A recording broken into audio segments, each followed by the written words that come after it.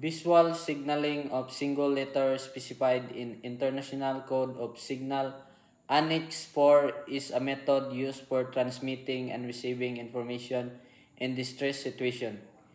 Each letter in the alphabet is represented by a specific signal plug or set of signal plugs. These signal plugs are typically colorful and can be easily identified from a distance. To transmit a distress signals using visual signaling, the sender will raise the flag corresponding to the letter they wish to communicate. For example, if they want to signal the letter A, they will be raise the flag that represents the A according to International Code of Signal. The signal flag will remain raised until the receiver acknowledges the message or takes action based on the information provided.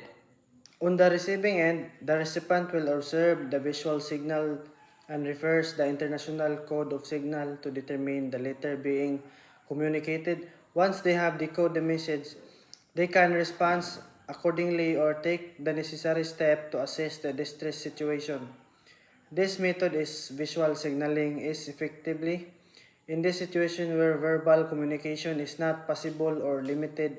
It allows individuals to quickly and efficiently convey important information in clear and concise manner by following the guidelines outlined in the International Code of Signal Annex 6.